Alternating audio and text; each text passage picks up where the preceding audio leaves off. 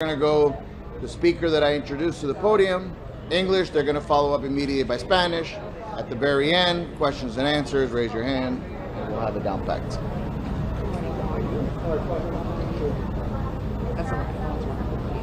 We are. We are.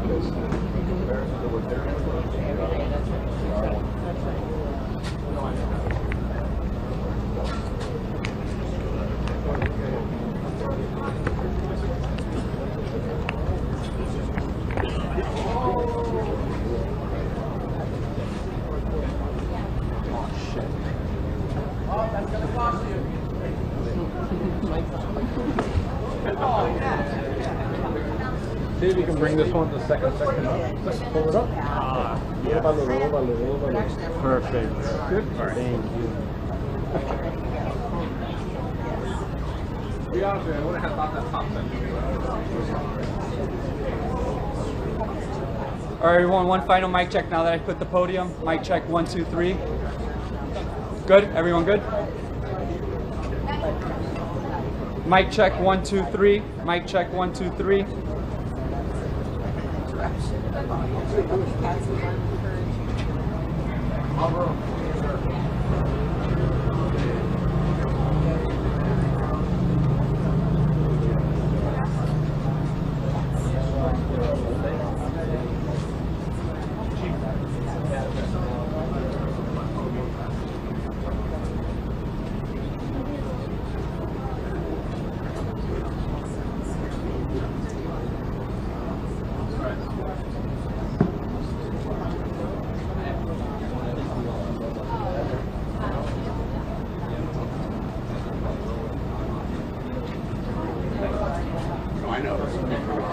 Can you turn that down a little bit, please?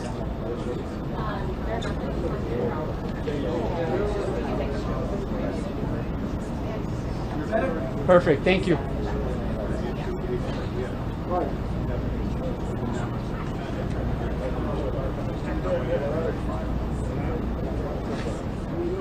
Welcome to the Joint Operational Media Briefing at 10 a.m. I welcome to the podium Miami-Dade County Mayor Daniela Levine Cava. I'm sorry. I didn't scroll down. My apologies. Lieutenant Governor Jeanette Nunez. Good morning. As of 8 a.m. this morning, the National Hurricane Center Advisory has Elsa located 55 miles west of Key West, moving north-northwest at 12 miles per hour. Maximum winds are near 60 miles per hour, but Elsa is expected to near hurricane strength tonight prior to making landfall in Florida. We also expect Elsa will be making landfall along the Florida west coast tomorrow morning. It's important that Floridians don't focus necessarily on the cone, as we know impacts are expected well outside of the area of the cone. The storm will likely be lopsided, with most of the rainfall to the east of the center of the storm. Right now we have tropical storm warnings for 22 counties along Florida's west coast, and a hurricane watch is now in effect for the Florida coast stretching from Pinellas to Dixie. Storm surge also continues to be a concern. There is a storm surge warning in effect for 12 counties between Taylor and Lee counties on the Gulf Coast. As we know, here in Florida, storm surge can be dangerous and life-threatening. We ask that locals heed the emergency warnings and do not go to the beach. Much of North and Central Florida have experienced above normal rainfall over the past 2 weeks, so we're anticipating an increase in potential flash flooding conditions, especially since we've seen that 300% increase in the last 14 days. Ahead of the storm, the state has issued a state of emergency to allow for flexibility of response and resources. We have received and requested an emergency declaration from FEMA. We have more than 8,000 electrical workers on standby. The governor continues to be in constant communications with the counties that are likely to be impacted to make sure that they have sufficient resources. They've been putting in their requests and we've been filling them expeditiously as needed. We will continue to monitor that situation, as well as the governor continues to remain focused on the efforts here in Surfside. We ask Floridians to please begin their preparations. That includes being prepared to potentially be without power for a few days. Have enough food, have enough water for each person in your family, including pets. Please stay tuned to Florida's Weather Channel. Make sure that you are constantly monitoring all local official warnings. If your area is asked to be evacuated, it is for your own safety. Counties will open shelters as needed, especially for special needs, if they issue evacuations. Please be careful as you begin to make your storm preparations. The governor and our Division of Emergency Management Director have consistently reminded Floridians the dangers of generators. Make sure you use proper tools, proper materials. If you're cutting down trees, make sure you do that safely. Overall, the state and Floridians we know are well equipped to be able to handle the storm. We have our state emergency response teams working round the clock to ensure counties have all the resources they need. And now I'll say a few words in Spanish. A partir del aviso del Centro Nacional de Huracanes de las 8 de la mañana, Elsa se encuentra a 55 millas al oeste de Cayo Hueso y se mueve hacia el noroeste 12 millas por hora. Los vientos máximos se están aproximando a 60 millas por hora, pero también se espera que Elsa llegará a la fuerza de huracán esta noche antes de tocar tierra en la Florida. Estamos esperando la posibilidad de fuertes ráfagas de viento y fuertes lluvias junto con la posibilidad de tornados aislados.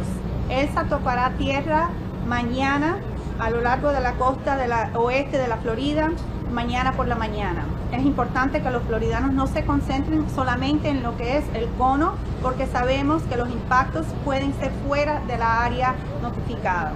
En este momento hay advertencias de tormenta tropical para 22 condados de la Florida a lo largo de la costa oeste de la Florida, y hay una alerta de huracán para la costa de la Florida que se extiende desde Pinellas hacia el condado Dixie. La marejada ciclónica también será motivo de preocupación. Les pedimos a todos que sigan las instrucciones de los funcionarios locales. Gran parte del norte y el centro de la Florida ha visto un aumento de 300% en lo que es la lluvia encima de lo normal de esta época del año. Y por eso aumentará la posibilidad de que se produzcan inundaciones y con fuertes lluvias persistentes. Se esperan corrientes de resacas peligrosas en la mayoría de las playas y por favor les pedimos que no vayan a las playas los floridanos. Antes de la tormenta, el estado emitió bajo el liderazgo del gobernador DeSantis un estado de emergencia para permitir la flexibilidad de respuesta y recursos. Solicitamos y recibimos una declaración de emergencia de FEMA. También tenemos más de 8,000 trabajadores eléctricos en espera. Condados contactados con lo que es la posibilidad de poder ver impactos directos, y estamos garantizando que tengan los recursos necesarios. También el gobernador está en comunicación directa con esos condados y seguimos enfocados en ayudar al condado con la tragedia aquí en Surfside. Le pedimos de nuevo a todos los floridanos que estén notificados, que se mantengan informados con las actualizaciones y por favor que estén preparados para estar sin electricidad posiblemente durante unos días, tener suficiente comida, suficiente agua para cada miembro de su familia e incluso las mascotas. Por favor, les pedimos que presten atención también a todas las advertencias de los funcionarios locales, y en general sabemos que el Estado está bien preparado para combatir y para poder resolver lo que es los impactos de esta tormenta, y estamos aquí unidos con la alcaldesa asegurando que esta prioridad sigue enfocado al gobernador. Muchas gracias. Thank you very much, Lieutenant Governor. Miami-Dade County Mayor, Daniela Levine Cava.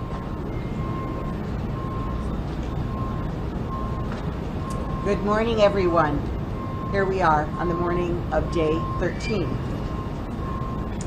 Active search and rescue continued throughout the night, and these teams continue through extremely adverse and challenging conditions. Through the rain and through the wind, they have continued searching. They paused only briefly for lightning, which is legally required, for up to 30 minutes for pauses whenever there's a lightning strike within 2.5 miles of the site. Regarding the impacts of Tropical Storm Elsa, we do continue to expect occasional gusts and strong showers today, and we're closely monitoring the weather, and we now have our weather service embedded within our search and rescue teams to work closely to track for any changes that could impact the work to assure the safety of our first responders. Through the team's ongoing efforts, we have recovered 4 additional victims. The number of confirmed deaths is now 32, with 26 of those identified. 191 people are accounted for, and we have 113 reports of people who are potentially unaccounted for. As I've mentioned before, the detectives are conducting ongoing and very thorough review of these names and these reports. Many were originally submitted incomplete. So we may only have a name without an apartment number, without a date of birth, or other details. So of that 113, only around 70 of those are people we have been able to confirm were in fact in the building during the collapse. Our detectives continue to follow up on every single report that was submitted, but in many of these cases, they aren't able to reach the person who originally submitted the report. So it's a distant relative or someone overseas without clear details, and that makes it very difficult for us to determine whether an individual was in fact in the building. We continue to urge all of the families who are missing loved ones to please reach out and connect with us so that our detectives can file missing persons reports with the police, and we want to confirm every single account. Every single life that has been lost is a beloved family friend, a best friend, someone's child or parent or niece or cousin or grandparent, and we know that waiting for news is unbearable. The waiting, and the waiting is unbearable. And so receiving that your loved one is gone is also unbearable, but we need information to be able to confirm exactly who is missing. Please continue to hold all of the families in your hands and your hearts and in your prayers during this unimaginably difficult time. We're also working hard to provide respite and support to the men and women of the USAR teams wherever possible. And today we brought in cooling stations closer to the site to provide relief from the ongoing heat, as well as county buses where they can take quick breaks from the wind and other conditions. We're also grateful to the support from Royal Caribbean, which is providing a docked ship where first responders can also rest between the shifts. NIST, our federal partner, continues to work closely with the structural specialists, with detectives and the fire rescue crews on site as the evidence gathering process is well underway. The teams are extremely well coordinated. They're capturing all possible insights from the debris, and all evidence is being properly tagged and logged.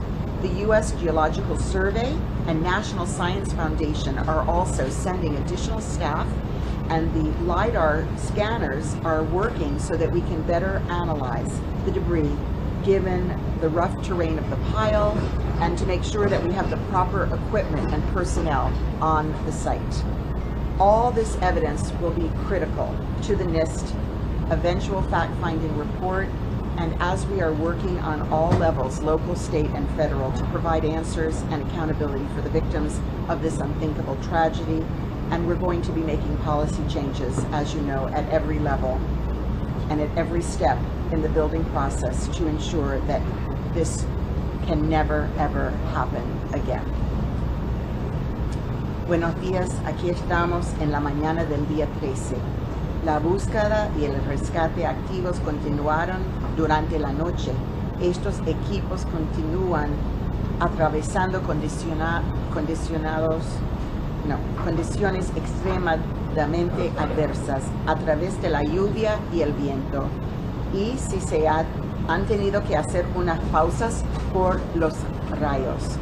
En cuanto a otros impactos de Tropical Elsa, esperamos experimentar ráfagas ocasionales y fuertes lluvias. Continuamos monitoreando de cerca el clima y tenemos el servicio meteorológico integrado con nuestros equipos de búsqueda y rescate ahí mismo en los escombros. A través de los esfuerzos de búsqueda en curso del equipo hemos recuperado 4 víctimas más. El número de muertes confirmados ahora es 32, con 26 de ellos identificados. Se contabilizan 191 personas y tenemos 113 personas potencialmente desaparecidas. Como mencionamos anteriormente, los detectives están realizando una auditoría continua de esta lista y están llevando a cabo un proceso extremadamente completo para hacerlo. Muchos de los informes presentados originalmente están incompletos y constan solo de un nombre sin número de apartamento, fecha de nacimiento o otros detalles. De esos 113, solo hemos podido identificar 70 personas de esa lista que los detectives han podido confirmar hasta ahora que estaban en el edificio durante el colapso. Continuamos instando a todas las familias que son seres queridos desaparecidos a que se conectan en persona con nuestros detectives para presentar un informe de personas desaparecidas a la policía mientras trabajamos para confirmar cada una de las cuentas. Cada vida que se ha perdido es la de un querido amigo de la familia, es un mejor amigo, un hijo, un padre, la sobrina, el primo o el abuelo de alguien. Y por favor mantengan a todos estas familias en sus corazones y en sus oraciones durante este momento inimaginable, difícil para todos. También estamos trabajando arduamente para brindar respiro y apoyo a los hombres y mujeres de los equipos USAR siempre que sea posible, incluidas las estaciones de enfriamiento, los autobuses del condado donde pueden descansar entre turnos y un barco atracado gracias a Royal Caribbean. Gracias a todos.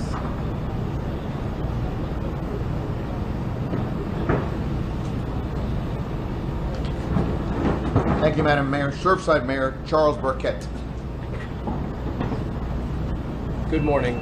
This morning I was up with the family and learned that overnight the work did briefly stop regarding lightning, but has returned to full power. It did return to full power shortly afterwards. The wind is hampering the large cranes moving very heavy debris. That's a challenge that they're attempting to work around right now. I met with the families this morning, with some families, and the losses to them are catastrophic. One family I met with had a daughter who had recently graduated law school, recently married in January, and obviously the family is distraught and wanting to know every detail about what's happening and whether or not their daughter and their son-in-law are going to be found.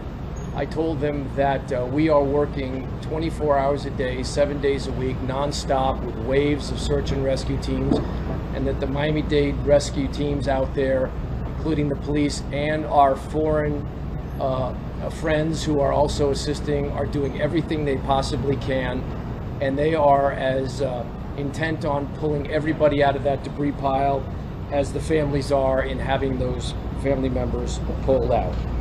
Governor DeSantis, I met with yesterday. Thank you, Lieutenant, for coming today. And Governor DeSantis wants to supplement the charitable efforts that are ongoing now and has asked me to work on that project. His concern is that nobody fall through the cracks with respect to funding. So there are significant donors that I will be working with, and we will be working to supplement all of the funds that are available to the families and make sure that everybody gets what they need. I know Mayor Cava was at the meeting this morning, also meeting with families, consoling them, providing them information, and letting them know they have our 100% support. Thank you, Mayor Cava, for doing that. As usual, the town of Surfside and I stand ready to provide any support to the rescue effort rather, that we can. We're small, but we're here, we're on the ground. Our staff is working 12 to 18 hours a day, and we will continue to do whatever we can to support the effort. We are currently responding to inquiries from our large buildings in town regarding the collapse and advising them that they should do a full structural review of their systems. In addition, we are doing a deep dive with respect to the sister building, called Champlain North, which is essentially the same building built by the same developer at the same time, with the same plans, probably with the same materials. And given we do not know why the first building fell down, we have significant concerns about that building and the residents in there. From the very beginning, we worked to make sure that those residents had alternative housing if they wanted it.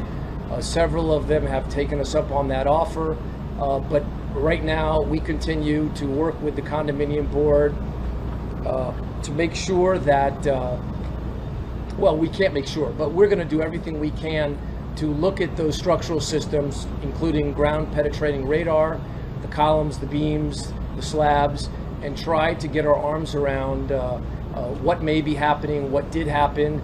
And but like I said, we have some concerns about, not just some, but deep concerns about that building, especially given we don't know what has happened there. But our engineer is actively working on it, as our town official is.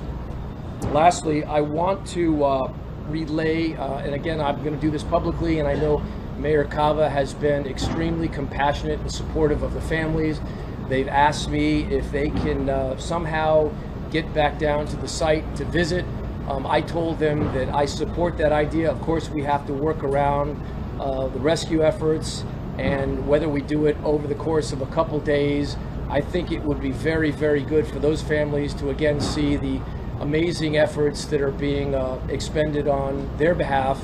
And I will work with Mayor Cava to see if we can make that happen for the families. Thank you very much. Thank you, Mr. Mayor. Surfside Vice Mayor Tina Paul. Thank you. Good morning. Buenos dias. In my first time addressing everyone as a whole, I just want to say that we are all in this together. The word that comes to mind first is gratitude. Gratitude for all the officials standing behind me here, standing with our community, for you, the media, standing with our community. We've all been here together since day one. Whether you see me here or you see me on the field, I'm there for the people. These are my people. This is my community. This is our community. And I just want to express gratitude for everyone who is helping in this collaborative effort, and especially my town staff who have worked tirelessly behind the scenes, the volunteers, the members of our community. I also want to ask to keep in mind this is about our humanity. This is about the soul of our community, about the soul of the town of Surfside, and the soul of the lost people that are still unaccounted for. And please keep that in mind. That's what we're praying for. That's what we're working for. We have an amazing community, and our full support from around the world is amazing. It's keeping us going. It's keeping us strong. It's keeping us whole. We're broken right now, but we will be whole again. Thank you so much for being here with us. Thank you, Madam Vice Mayor. Miami-Dade Fire Rescue Chief Alan Kaminsky. Good morning. We're continuing our search efforts all throughout the entire debris pile, all throughout the night. As mentioned, we did have one stop period approximately at 1 a.m. Due to the inclement weather, thunderstorms, and winds coming through. We were implementing our search again, and again emphasizing searching the entire, all grids. Currently, last operational period, we still have our federal resources here on site. So our Virginia team, Pennsylvania, Ohio, Indiana, and New Jersey, as well as Florida Task Force 1 and Florida Task Force 2, working around the clock. We're able to remove 124 tons of debris, which is equivalent now to 5 million pounds of debris off the pile.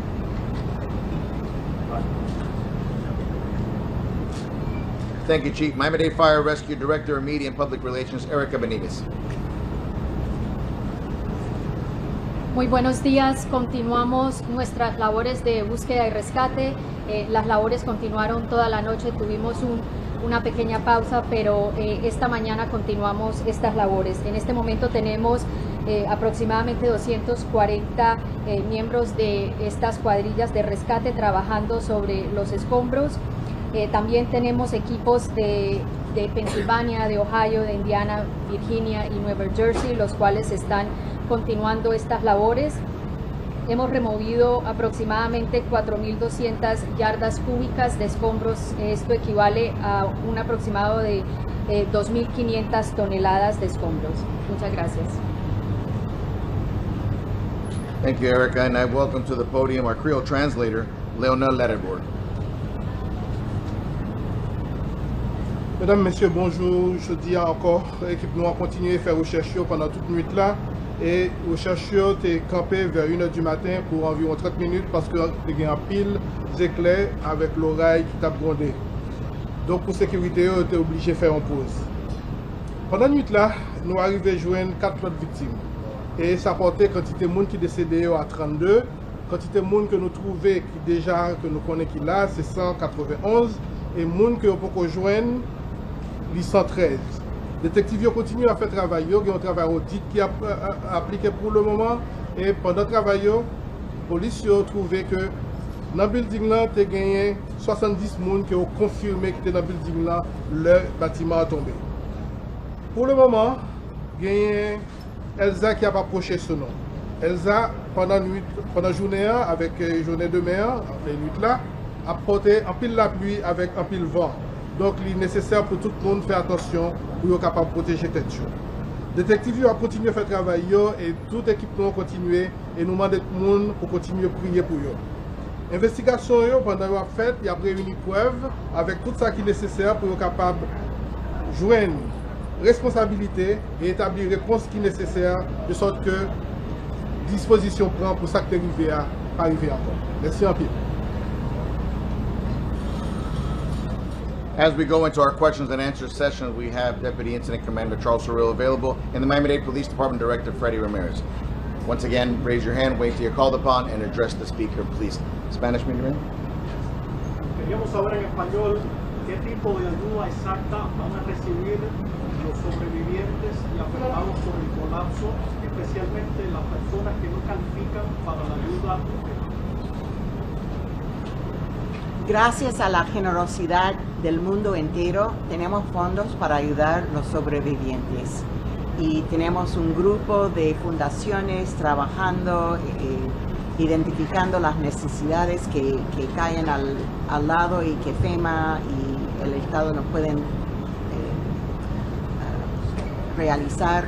Y yo estoy trabajando con ellos para ayudar en identificar exactamente la mejor manera de usar los fondos y estamos trabajando juntos para que nadie falte.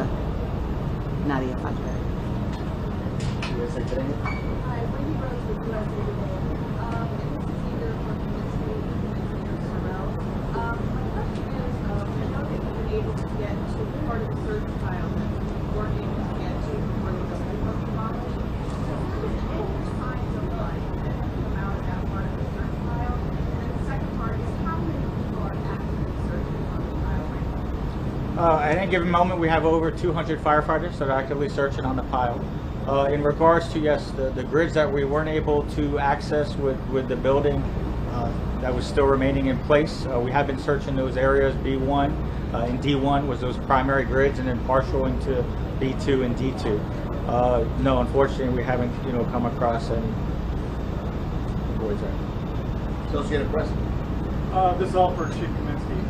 There was a report that you're having issues with water in the parking garage. Is that correct? And where did the water come from? Was it from the rain or from fighting the fire earlier? Or multiple sources. Yes, early on when we first arrived, the garage was partially filled with water. So we were actually pumping throughout. Once we maintained and were able to suppress the different water supply systems, also with the rain and also with then when we were attacking the fire throughout. So multiple times we've had to pump out the lower garage. But it's good now? Yes. Sir. This is regarding the ongoing investigation. And I know it's a bit of a broad question, but how much closer are we to finding the cause of this collapse than we were 13 days ago? So, as you all know, we were focused squarely on search and rescue, but while preserving all possible evidence. And NIST, the National Institute for Standards and Technology, is leading the federal investigation, and they have been able to tag all of the evidence that has been already gathered, and they are embedded and working with our police department to tag everything that is coming through the pile. They've also conducted LiDAR, about 3D picture taking of the building before the demolition, and of course they've been speaking as well to many, many people with information that could contribute to understanding the causes. So through NIST, we'll be having periodic updates. Obviously, many, many other people are seeking information. Our state attorney is coordinating locally what would the future investigation. So it's very early to name any sources, but of course everything is under review. Brooke? Oh. Hold on, I want to see if they can repeat the same thing in Spanish. Estamos siguiendo con la investigación, especialmente por el gobierno federal, que está totalmente involucrado en la búsqueda de la evidencia y marcándolo, pero nosotros estamos siguiendo con la búsqueda como siempre y estamos guardando la evidencia para el futuro mientras todos están mirando, dando entrevistas con todas personas que tienen información, pero es muy, muy temprano decir algo de las causas. Brooke? Good morning. Still being called a search and rescue operation. So what evidence are you seeing that makes you so hopeful of finding people alive? Well, we're definitely searching. I mean, you know, unfortunately, we're not seeing anything positive that continues in that sense. You know, the key things we're looking for all throughout in regards to void space, livable spaces, you know, we're not coming across that. So we're, you know, actively searching as aggressive as we can, you know, to see if we can assist with the families and locate individuals. So will this be changed over to a recovery mission? That we don't know yet. I mean, I don't, you know, we're actively looking into and having different dialogues in regards to our strategies moving forward. We got Christian over here, followed by... My question's for the chief. Good morning. Of the 9 search grids, have you been able to clear any of those? And my understanding is 3 of those were underground. Have crews been able to get to those 3 search grids? And if not, is it flooding? When are you able to get to that part of the site? No, we haven't been able to clear any of the search grids. Again, G1 and, you know, G2, G3 in the garage areas, you know, hopefully we can get to sooner in regards to those aspects. The other grids is where the entire structures fell into. And yes, I mean, definitely with this type of collapse and that pancake, you know, there are several layers of floors per se, you know, that would be subterranean. But the 3 that had significant flooding has been cleared of the water? Yes, we've actively, you know, maintained pumping water anytime there needs, and yes, that's been clear. Over here, followed by lady in blue.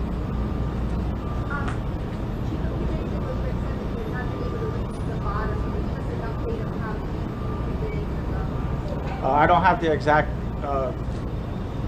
feet per se to let you know.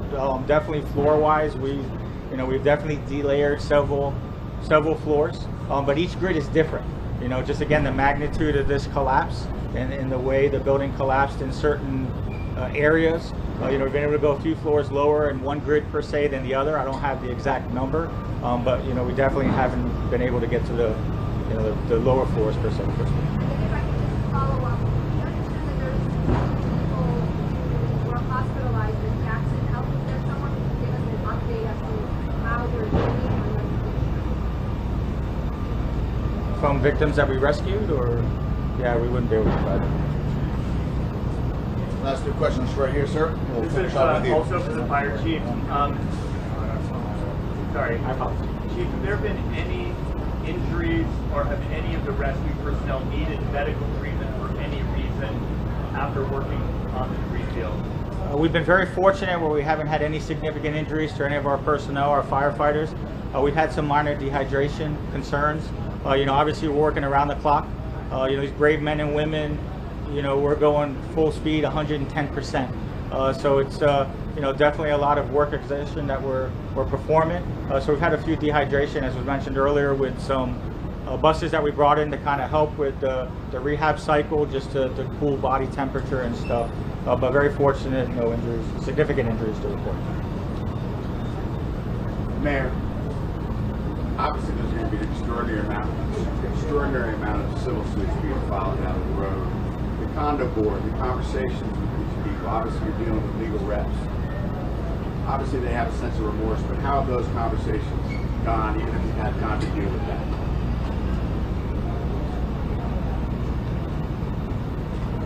The whole world wants to know what happened here, and especially those who are the victims, the survivors, the family members of those who are in the pile. Clearly, everybody wants to know what happened. So we do have lawsuits that have been filed. We have numerous investigations, and I look forward to learning the truth, as do we all. But I think it will be a while till everything is understood, and I'm very confident that especially the federal investigative team will get to the bottom of this, and that we'll learn what happened, what could have been prevented, and how to make sure it never happens again. Thank you, Madam Mayor. We were able to squeeze in two last questions. We're going to go with NBC and finish off with Telemundo. Thanks much, Joel. Could you guys help better explain the discrepancy between that 113 number and the 70 number, and what is being done to identify those 43 individuals? My other follow-up was Lieutenant General Russell Honore suggested that this should go into a recovery process, and I'm no expert on this matter, but there are families who are also very eager to recover their bodies for burial purposes. If you guys were to go the recovery route, could this process be sped? Your first question was about the numbers. So as we've said all along, we've taken every single tip into consideration. People call anonymously. People call and don't leave return phone numbers. People call with partial information, not enough to really secure whether that person may or may not have been in the building. So we have been extremely diligent in following through on all of those leads. We know that there may be people in the building that were in the building that nobody has called to identify. So we want to be as thorough as possible. With that to be said, we are now preparing to differentiate between those that we could confirm were in the building and those for whom it's still not confirmed in the way that we would feel confident. So we will be continuing to update those numbers, and we'll bring you updates as soon as we have them. And is part of your team trying to reach out and follow those leads? Oh yes, so we have detectives constantly calling. They've reviewed dozens of databases to confirm whether these people could have been here. So this is a very, very thorough and exhaustive process. Obviously, when your loved ones are involved, we will spare nothing to make sure that we've correctly identified who was and who was not in that building. As far as whether moving into the next phase will speed up the process, the answer is we will continue, as now, to thoroughly, carefully sift through these piles. Really, you will not see a difference. We will be as thorough as we've been throughout to carefully search for bodies and belongings, and to catalog and to respectfully deal with any remains that we find. Thank you, Madam Mayor. The last question, Telemundo. Yes, the chief answered perhaps Erica in Spanish. We've had fires, 13 days, no boys after the demolition. How close are we to moving to the recovery phase of this operation? Bueno, como hemos explicado ya, este es un proceso bastante complejo, el cual requiere ser muy metódicos en el proceso. El hecho de que todavía nos encontramos en esta parte del proceso no quiere decir que no estamos encontrando víctimas fallecidas, restos humanos. Entonces, de todas formas, el proceso en sí no ha cambiado mucho.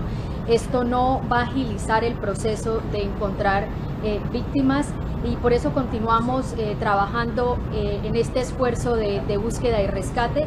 Tenemos todo el equipo necesario, tenemos todo el personal necesario en este momento para continuar esta labor, y estratégicamente estos expertos saben que esta es la mejor manera de manejar esta situación. One last comment. I want to say that for the family members who are waiting and waiting, excruciatingly waiting for information, they know what is happening. They understand that the news of their loved ones may be tragic loss. And they, as they're contacted to let them know that a loved one has passed, they're prepared for it. And so I think everybody will be ready when it's time to move to the next phase. Y en español quiero decir, cada familia, cada miembro de la familia que está esperando y esperando para las noticias está preparada. Ya sabe exactamente cómo van a recibir la información, y ellos saben que estamos haciendo todo lo que podemos, y también ellos están listos para cerrar este capítulo de sus vidas. Gracias. Thank you, Madam Mayor. Thank you, folks. Our next joint operational briefing will be at 5:30 this afternoon, same location. Thank you very much. Thank you.